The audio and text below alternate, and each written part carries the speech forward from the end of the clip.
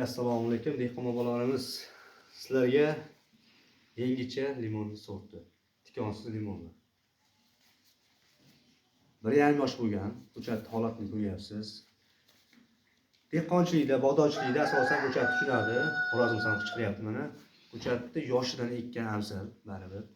Sababi uning qarovini, parvarishini, texnikasini va vodiyda akalarimiz juda yaxshi tushunishadi. Ko'chat anasi toza.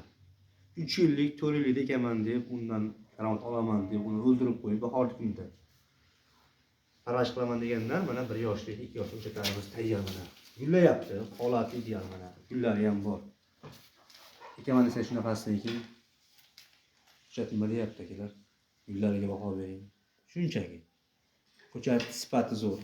Tikoni yo'q asosan. Tanasi juda chiroyli. Narxini kelishamiz. Hamyonbop narxlarda. Bu yerda hozir 400 dan 500 ta bor. Narxi 20 ming so'm. Men sifat ko'chat chiqaraman.